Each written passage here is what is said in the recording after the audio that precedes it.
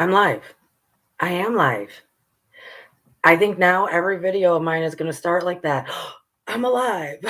Jeez, man. I do have to say thank you all that might be able to find this now. Thank you for trying to get to the last one. I had to completely restart. There's something tricky that I am missing. That because every time I go live, I shouldn't say every time, but usually when I pre-post it to go live, then when I hit go live, it just spins. So that's why every video is me going, I'm alive. Which maybe we should do that anyways. All the time, be like, I'm alive. So surprised to be alive. So Lucky, I hope you find this.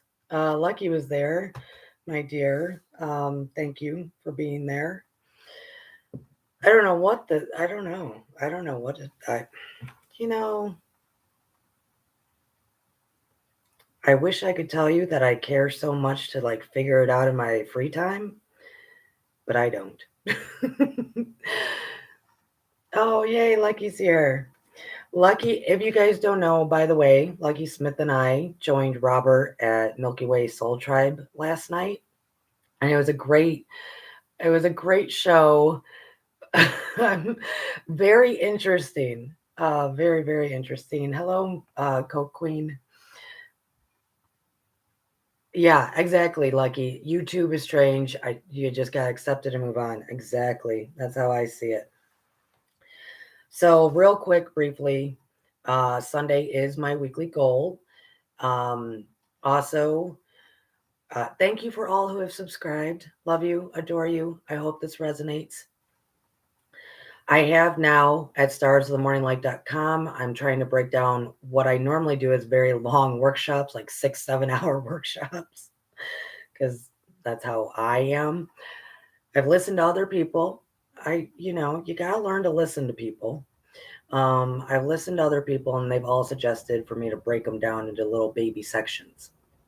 So I've done that with my moon manifesting course. You can sign up for that for July. Pardon me. And I've also broken down my shadow work courses into like 5 parts. All very affordable, all Zoom meetings. Oh. I will say the one thing I don't enjoy when YouTube does that, it just starts spinning, is because I do some stuff to like kind of just get me in the zone. And then that'll happen. And it's like, oh, computer, I gotta, all this stuff. It kind of knocks me out of my zone. So I don't like that part of it. So thank you all new subscribers. Also, if you would like to donate because you resonate here and or become a patron, that would be awesome. I am going to use the Patreon page for special little classes, especially like live Akashic Records stuff, things like that for people. Hey, Jargo.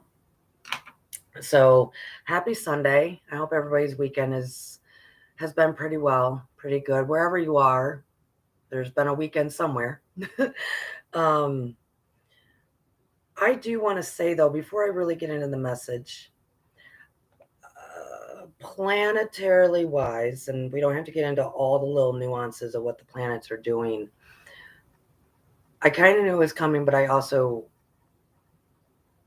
it's played out kind of very interesting this past few days and also tomorrow.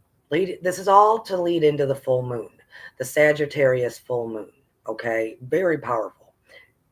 This is a very powerful full moon. Okay, the energy was there for us. This is kind of a 2-part situation. The energy was for us to all these little things in our mind, to actually kind of doubt them a bit. And it's really so because if that full moon's in Sagittarius, that's our target. We're going to shoot the arrow straight to our target and it will succeed. We'll shoot right through it. So all the energy's been there to kind of put a little bit of doubt into things. And it's there so we can go, is this what I really want? Is this truly my target? Is this what I really? Yeah. On top of, May was a whole lot of balancing the masculine and feminine within and around. And it is fully balanced now. It was the last purge and coming together, because the two, it happens simultaneously all the time. You purge and you become more whole at the same time. So, but since then, the energy, and it was vastly at a build the past few days, was there for us to gain awareness of ourselves, of lingering things about us that don't really need to keep going forward. If we are going to hit this target, we really don't need to go forward with judgment or go forward with there was a lot of, usually with judgment, it starts with taking things very personally, or little spats, or who's the alpha, or this and that. We've kind of seen it play out definitely in personal lives all over the place. And it's because there was all this lingering energy left to release it, because July, I love July. This July is so profound globally, and we're going to talk about it for a moment. There's a reason why I guess I'm giving these messages, because they did come from the records, and I'm just now kind of grasping what's going on. July, guys, it is for all of the years of who have been awakened for many years now. July is an apex for us. And for those who are all starting to wake up now, they're going to be jumping on board. July is huge. It's supposed to be a month of love, and I mean global love. There's a lot happening. But at the same time, the energy of July is going to be there to no longer nudge or no longer have us thinking. It's very much going to be experience and action of, are we going to be able to walk through the bondage, walk through the dogma, walk through all the the messaging, the subliminal messaging that we get? Are we going to be able to walk through that to the gate of, you could say, heaven, Shambhala, whatever you want to say? Are we personally and globally going to be able to stand up and walk together through the gate to the other side? So it has the best, greatest potential to be all of love. So these energies that have been playing out have been here to make us aware first of all these little, oh yeah, okay, so I still judge that.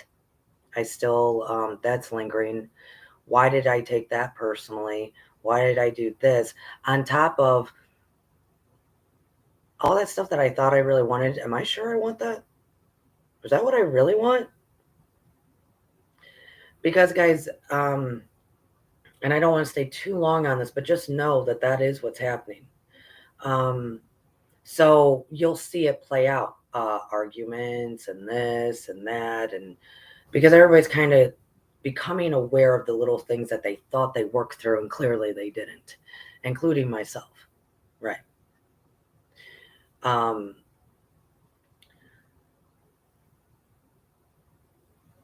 We as a global society, human race, there has been many cycles of the world's end. There's been many cycles of that. There's been many cycles of what we are living currently. The difference is, though, this is the first time in any cycle that we have the opportunity to change it, the opportunity to end what we have always lived. That opportunity has never been present. For all of the cycles of all the destruction, it has never been present. Now it is present for us. Some call it the age of Aquarius. Whatever you need to call it, that's cool. It's never been present. So what we see often right now is people preparing for the same that they've always known. People talking, people reacting for as the same that we've always known. In every cycle, in every life, we are thinking that way. Why? Because we don't know how to prepare for the unknown. Even if the unknown is glorious, wonderful, and beautiful and light, we don't know how to prepare for it. So, of course, we rely on what we know. We prepare for what we know. And if we do that, if we prepare for what we know, we're going to keep getting what we know. So then there's the paradox. How do you prepare for what we don't know? We've never been here ever, ever, ever, ever. And that's what I try to explain when I do some of these teachings is there's simple ways, there's grand ways, there's lots of ways. And it starts with choosing yourself. It really does. It always will start with choosing ourselves. So that's why that little bit of doubts in your mind before that target is shot on the 14th, 13th, or 14th, wherever you are, because once that's shot and that energy is just going to go into July, all that doubt is here right now to say, is this what you really want? Do you want to prepare for what you've always known? Or do you want to prepare for the great unseen? That's what's going on. And it looks and feels different for everybody. It really does. Oh, okay. Okay. These weekly goals, I will tell you, I actually mentioned this to Lucky. Don't say anything. Lucky, I mentioned it to him last night, what the records gave me. And this morning, it took me a very long time to wake up this morning, fully awake up. I am a star of the morning light, and the Milky Way is at night. So it's like, oh my goodness. I was so tired. But that's good. We need the Milky Way of the night, and we need the stars of the morning. We need that. So the Akashic Records gave me 3 separate names. I'm only going to say one now because I kind of have an idea of what's going on with the other 2. But at first I thought I was supposed to clump everything together in one lesson or one teaching, one weekly goal. And today I didn't even go to the records, but I turned to my guides and I was like, I can't do that. I just can't do that right now. And they were like, you're maybe not supposed to, Courtney. So the next 3 weeks will be part 1, part 2, part 3. I have 3 different names, 3 different figures throughout history. And we're going to focus on one topic at a time. And that leads me into most likely 4th of July weekend, which I'm not going to be here Sunday on the 3rd. So that's good. But these lessons can lead us also into July. So I'm just making sure I covered everything. Yeah. I, of course, picked a card. And it is the card of transition, number 43. I'll hold it up before I read it. Oh, man, I hate that light. Transition. Doesn't that, it's interesting because like the Kundalini idea is all about, the spine, the serpent up the spine, that sort of thing. But this one, it's got that concept, but yet it's not a straight line. I find that fascinating.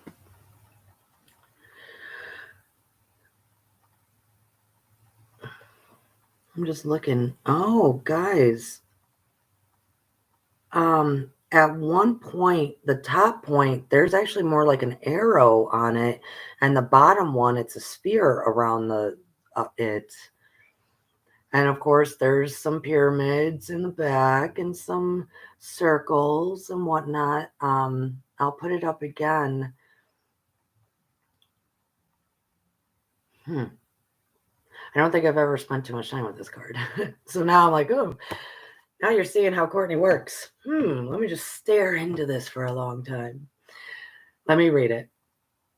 The frequency of transition supports our deep understanding of the ever-changing nature of existence and our lives, so that we can learn to let go, surrender to the process, and allow transition to occur with ease and grace.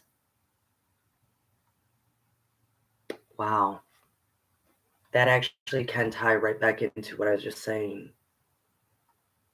I mean, we really do have to prepare for something that we've never seen, never known. But we can do it. We can transition with ease and grace. That is the frequency.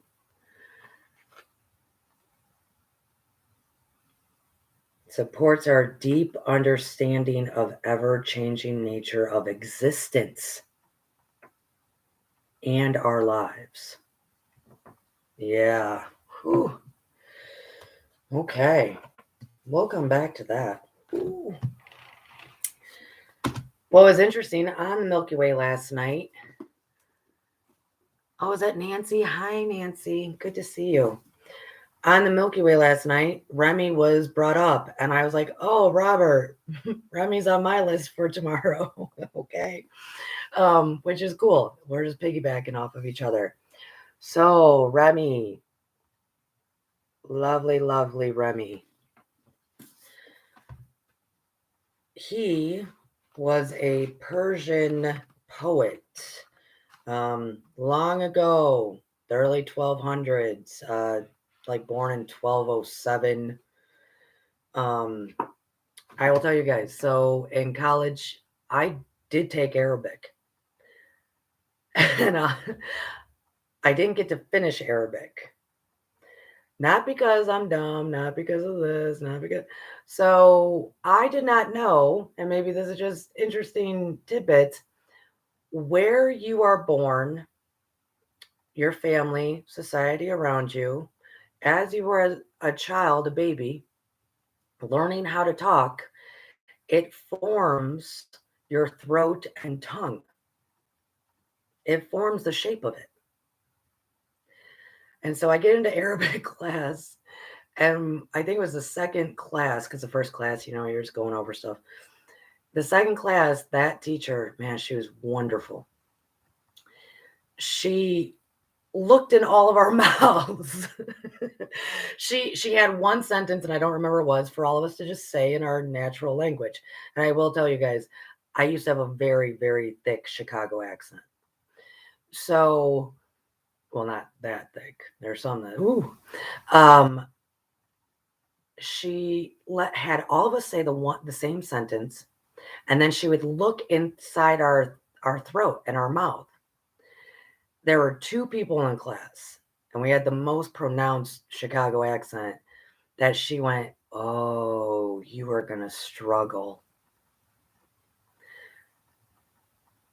So, to make a long story short, I could read it, I could write it. To get my mouth that was so Chicago, with my A's and my O's and my Chicago, I couldn't do it. She actually took extra time on the side to help me. I would meet her on the side, because I was very passionate about the class. Well, right before the time that you could withdraw, she got her dream job of being in Serbia, being an ambassador. So she was like, unfortunately, guys, I have to leave in a week. I finally got my dream job. I'm going to be an ambassador in Serbia. And I was so excited for her. And I said, who's taking your class? Who's taking over? And she and I talked, and she was like, Courtney, for you to restart with someone, she was like, you might as well just drop the class. I literally could not pronounce anything that bad. And she was such a good, kind soul that was like, okay, you can read and write. That's pretty good.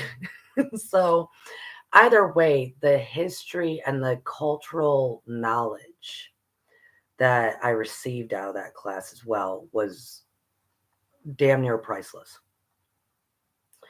And please note, this was also shortly right after 9/11. So it was a very interesting class. Anyways, I don't know why I brought that up because he's Persian, and I have a kind of a past life love for Persia. Hi, Lori. You came in right at the good time, darling. So in this 3-part series, we're going to look at spirituality. I named this, well, I didn't name it. The Akashic Records told me, it should be about reclaiming our authority. Reclaiming that we can walk through that gate, past the dogma, past the bondage, past the subliminal we can walk through that, but it will take reclaiming our authority individually and collectively. Remember, it always starts with self. Always. Individual first. So the first part then is we're going to talk a little bit about Rumi and what his words are. And we're going to attach it more to our spirituality. When the other ones might be more like body, mind, that sort of thing. I want to read a couple. Okay, so we're going to read one of his poems and then kind of talk about it. Yeah. Unfold your own myth. Who gets up early to discover the moment light begins? Who finds us here circling, bewildered? Sorry, I have a mint in my mouth. Let me restart. And these all have question marks on them at the beginning. Okay, so unfold your own myth. Who gets up early to discover the moment light begins? Who finds us here circulating, bewildered like an atom? Who comes to a spring thirsty and sees the moon reflected in it? Who, like Jacob, blind with grief and age, smells the shirt of his lost son and can see again? Who lets a bucket down and brings up a flowing prophet? Or like Moses goes for fire and finds what burns inside the sunrise? Jesus slips into a house to escape enemies and opens a door to the other world.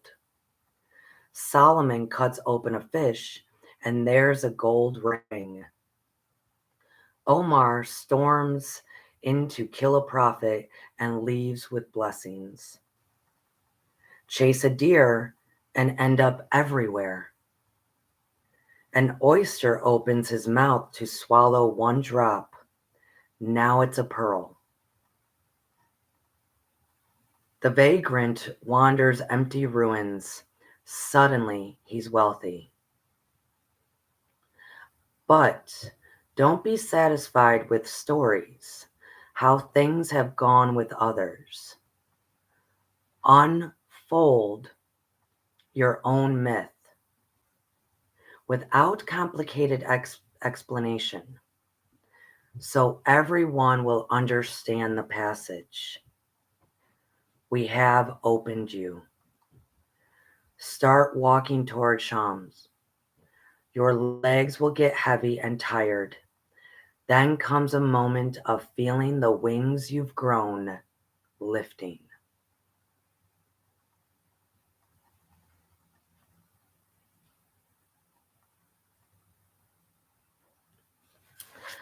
Unfold your own myth. There's so many, he's giving so many examples from different, well,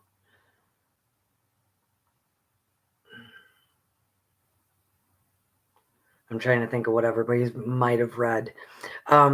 He's giving many examples of if you go forth, allow your story to unfold, keeping it simple, you never know what's going to happen.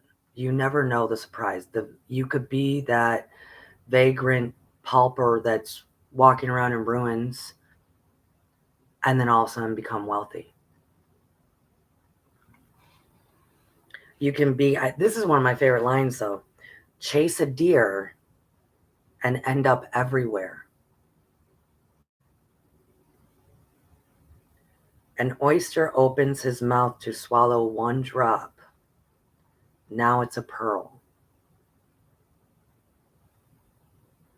So I kind of urge everybody, just out of this one, if you, let's say this week, because these are weekly goals, right now, I would suggest in very simple ways, like a metaphor, what would your life be right now if you had to write it in a metaphor?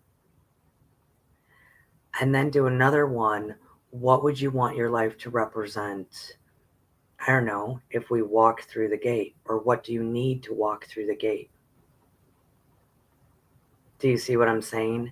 Like an oyster opens its mouth to swallow one drop and it becomes a pearl. Write yourself just a couple of lines as to what it looks like for you. Everybody's is going to be different. Not everybody's an oyster. I just said I would rather chase a deer and end up everywhere. Everybody's going to be different, but it's you unfolding your story. It's you looking at your story and putting it very simple. This is what happened. This is what's going to happen. I want to keep going though, because that's just an idea to throw. I do weekly goals, try to throw out food for thought, things to do, you know. I love this one, and this one's deep, so ears to hear. The worm's wakening. This is how a human being can change. There's a worm addicted to eating grape leaves. Suddenly, he wakes up. Call it grace, whatever. Something wakes him, and he's no longer a worm. He's the entire vineyard. The orchard too, the fruit, the trunks, the growing wisdom and joy that doesn't need to devour.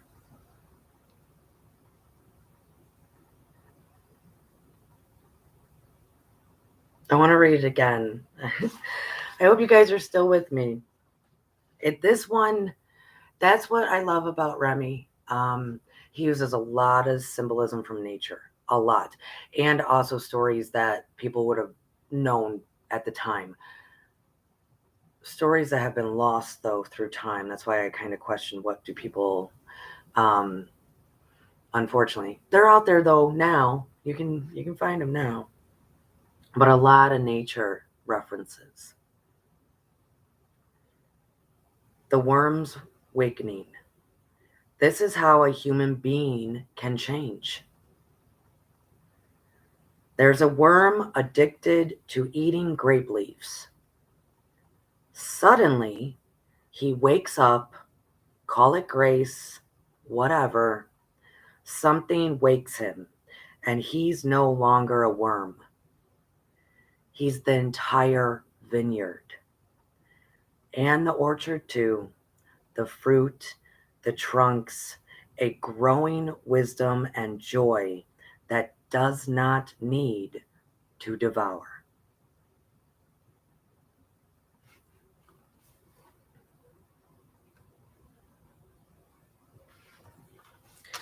That goes back to my original question, or my original thought.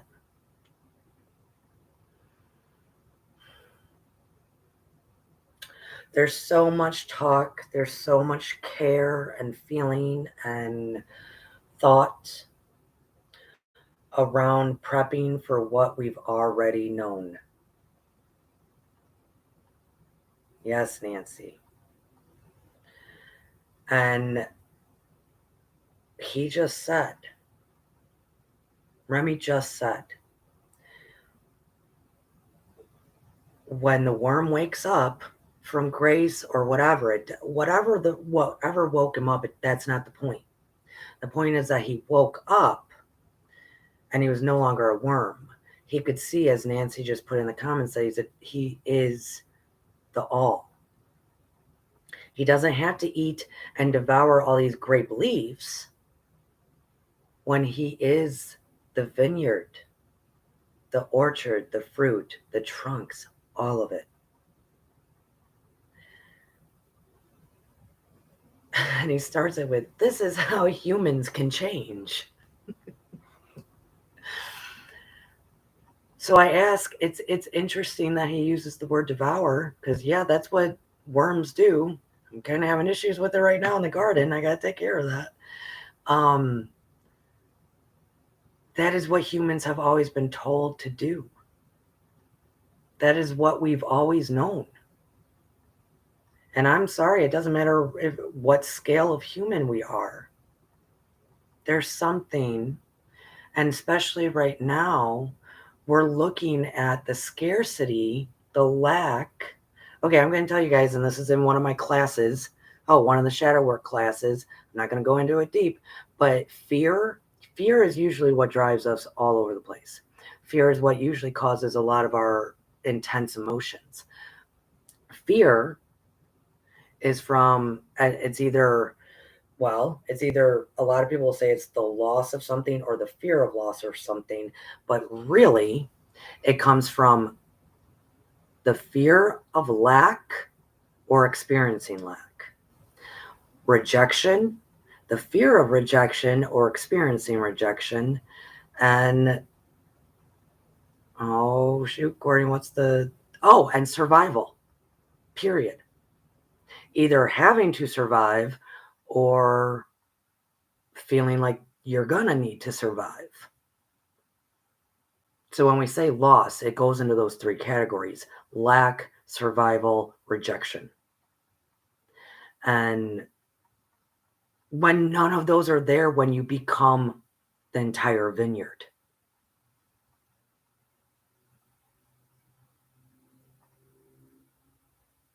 I get kind of emotional, I'm sorry. So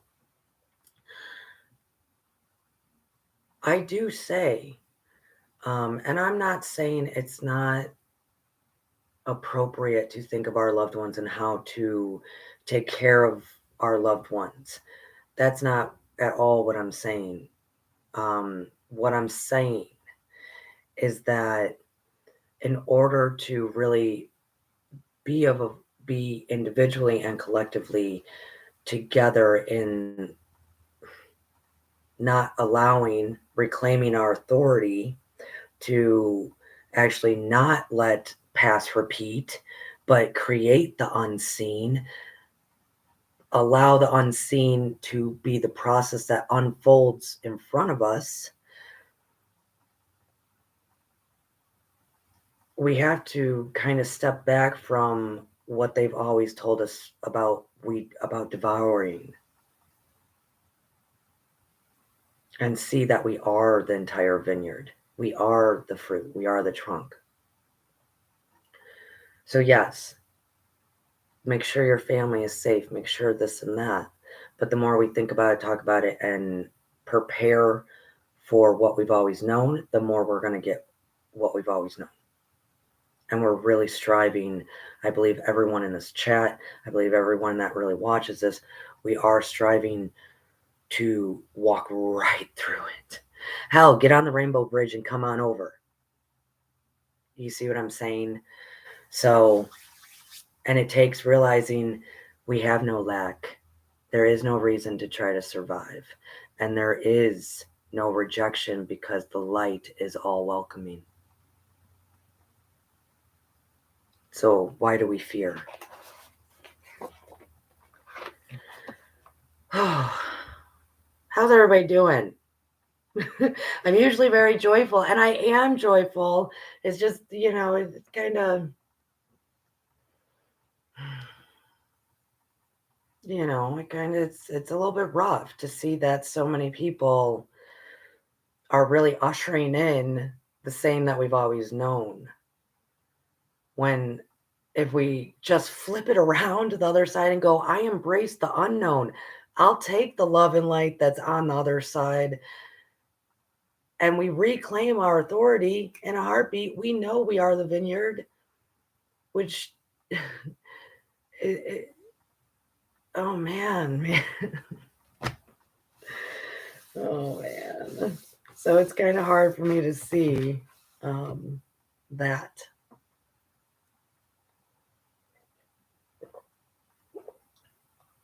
Okay, thank you, Lucky. That I do understand. Lucky said a lot to process, so I get that. Thank you. I'm only going to read one more from Rumi.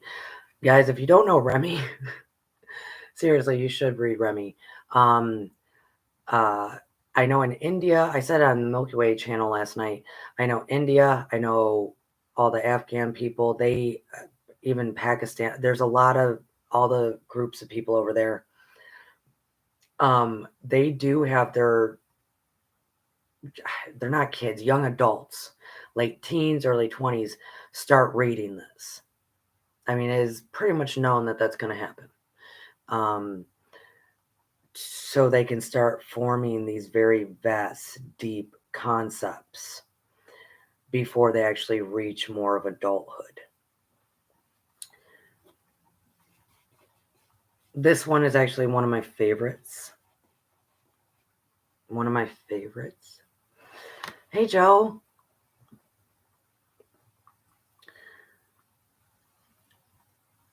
Elephant in the Dark. Some Hindus, and this, remember, this is very long ago. This is the early 1200s.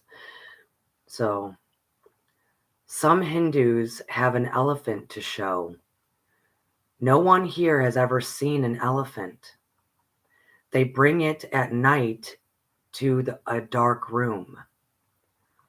One by one, we go in the dark and come out saying how we experienced the animal.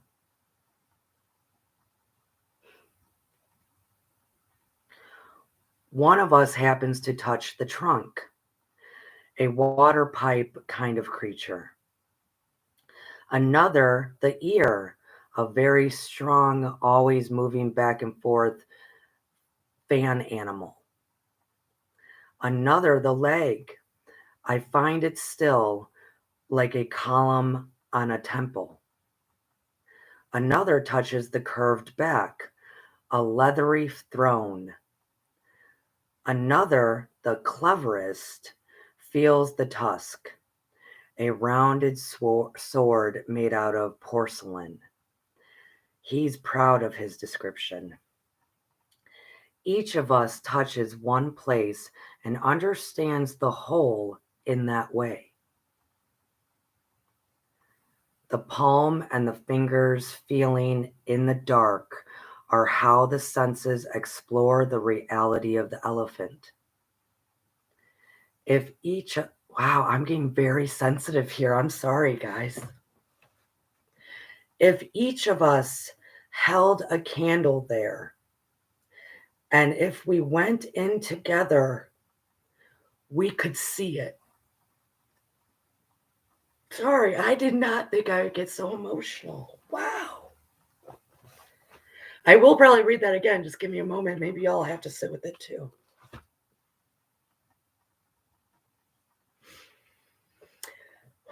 I will read it again better.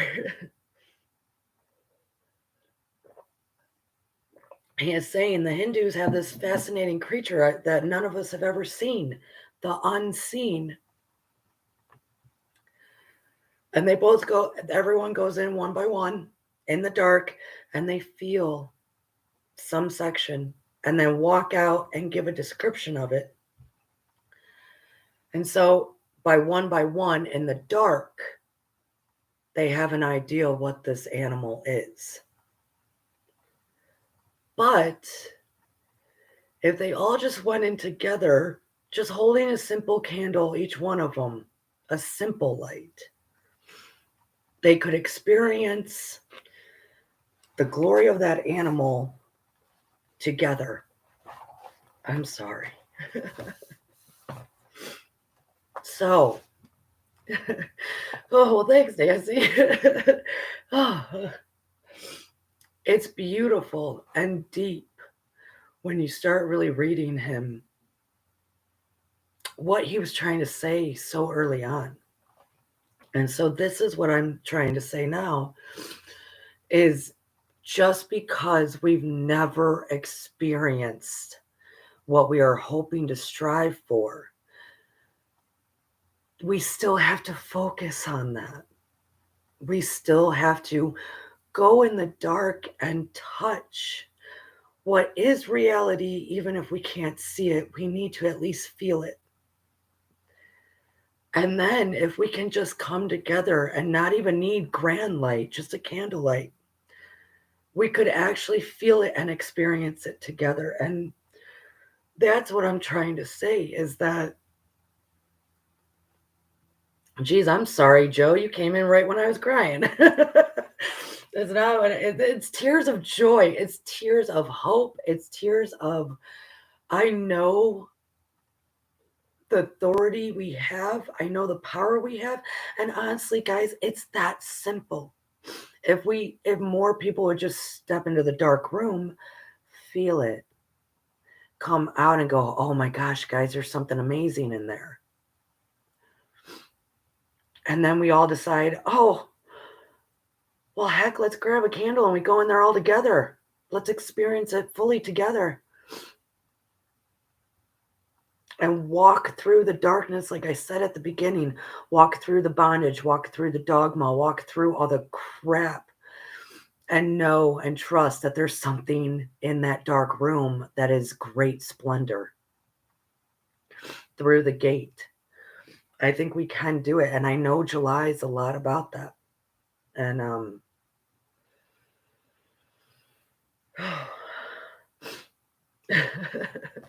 yeah, geez. I'm going to try to read it one more time without crying.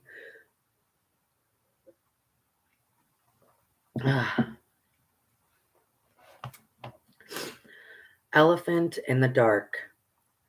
Some Hindus have an elephant to show. No one here has ever seen an elephant. They bring it in the night to a dark room. One by one, we go in the dark and come out saying how we experience the animal. One of us happens to touch the trunk, a water pipe kind of creature.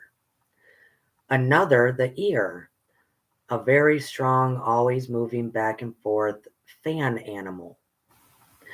Another, the leg. I find it still like a column on a temple. Another touches the curved back, a leathery throne. Another, cleverest of the group, feels the tusk, a rounded sword made of porcelain. He's proud of his description. Each of us touches one place and understands the whole in that way. The palm and the fingers feeling in the dark are how the senses explore the reality of the elephant. If each of us held a candle there, and if we went in together, we could see it. So, and that's what it takes as well. Different people seeing the reality in different ways by how they feel and experience. And each one of them gave a great description. Each one of them used their imagination to help someone else understand what this creature was like. And when they all came together and said these descriptions, they had an idea. So we have an idea. We have an inkling of, oh man, what would this new earth look like?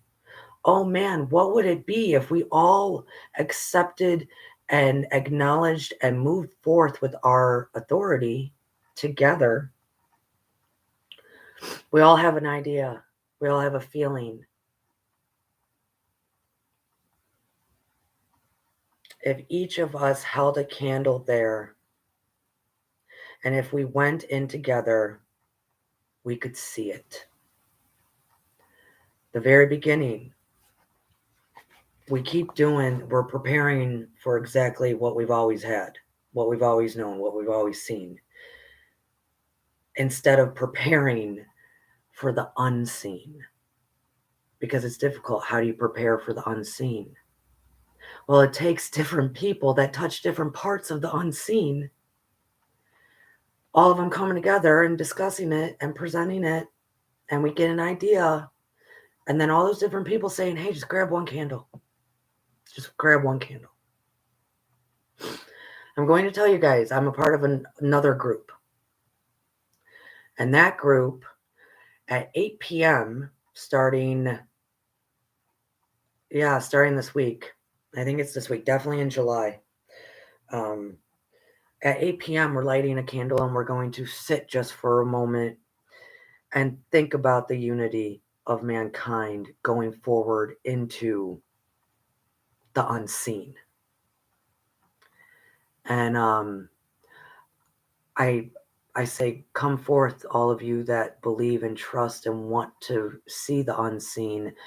Do it with us. 8 p.m., wherever you are, light a candle, and in the moment, just think of how glorious it would be if we all just walked in together. It's actually not that hard. So, the card I picked, this is the divine feminine in me going, oh my goodness, I just want to love and hug and hold everybody, you know? So sometimes I'm very, very masculine and sometimes I'm very, very feminine. And so here's the feminine. The card I picked today, or was pulled from the sacred geometry deck, was number 43, Transition. The frequency of transition supports our deep understanding of the ever-changing nature of existence and our lives, so that we can learn to let go, surrender to the process, and allow transition to occur with ease and grace. The less we fight, the more we grow. I've never seen a plant that's fighting with another plant really grow all that well. Sorry. That is the symbol of transition.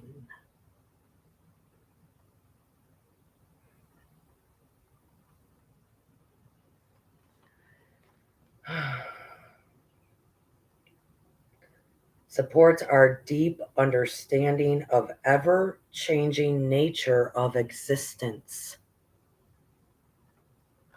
Therefore, that is a law of the cosmos. So it doesn't need to change into the same old, same old. It could change into a whole brand new reality. So I do say, like in his first poem, maybe sit just for a minute with yourself and go, okay, what would my little analogy be? What would my little thing be to represent my life of now and the life I want? Like how it said, chase a deer and find everything everywhere. How it said, Jesus went through a door to escape enemies and ended up in a whole new world. How the pearl takes in a sip of water, a drop, sip a drop, and it turns into a pearl. How the vagrant is just walking amongst ruins and becomes a rich man. So, if you picture it, if you see it, all is mental, all is mind, all is energy. Join me for, oh, you know what? Lucky's usually on, Lucky Smith is usually on about 7:30 or so for half an hour doing his affirmations. You could sit with Lucky and then light a candle and just imagine the glorious world we could have for all creation, all people, all things. Just go into that dark room and feel. Yes. So, how's everybody doing?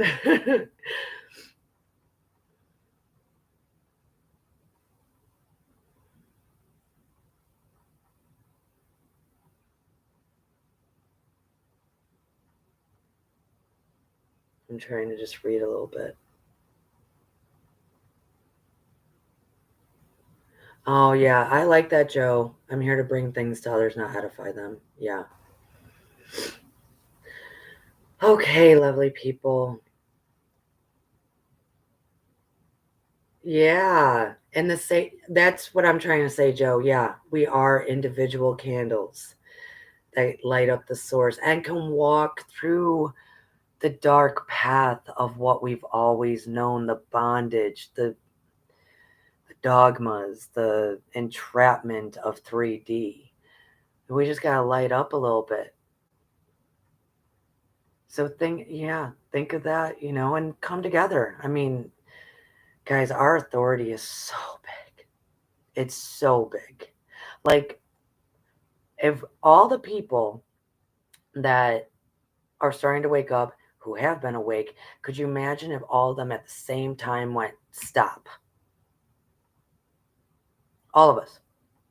All of you in the chat room, all of you, everybody that's going to see all of this stuff, everybody that's out there doing their own thing, awaken, beautiful, lovely souls of light. If all of us at the same time said, stop, as it says in my early episodes, once the Father is come to be known, all error, all ignorance, all 3D stops. And the Father represents the source. The Father represents, and this is in the Nag Hammadi scriptures, it's that flame, it's that light. Once the light is known, and that's individually, collectively coming together with it, our authority, 3D cease to exist. It will dissolve into itself. It will just stop in its tracks. And that I do believe that. I do believe we have all the power, all of it. But what's interesting is we're still in the stage of everybody going in a dark room and feeling one part of that elephant by themselves and then coming back out to report. So just imagine if we all went in there together and experienced this majestic animal together. That's where July is heading. That is where July is heading. Either to embrace the unseen that has never been created yet, the age of Aquarius, or keep doing what we've always been doing. That's going to be the posing question in July. I personally, I'll see you on the other side. I ain't going to do what I've always been doing. That's insanity, by the way. That's insanity. Insanity, the definition of insanity is to keep doing the same thing over and over again and expecting different results. I'm not insane. I used to be. Now I'm not. My eyes are open. I'm awake. I'm with the light. I got my candle. Come on with me. I might look a little crazy sometimes. I might start just crying in the middle of a video, but that's fine. That's passion. That's passion for the love. That's passion for the light. That's passion for all the beautiful beings. So, yeah, I might look a little crazy, but I ain't insane. I'm not insane. All right. I love you guys. I'm going to let you go and enjoy the rest of your Sunday. Lucky, I'm hoping we get to see you sometime around 7:30 for your affirmations. I'm really digging that. Lucky Smith. And then, yeah, let's just light a candle and think about what the world can be, not what the world is. I love you all. Thank you for being here. Have a beautiful Sunday. And if your Monday ends up being like a Monday, just breathe through it because your sacred breath can get you through anything. Love to all. Namaste.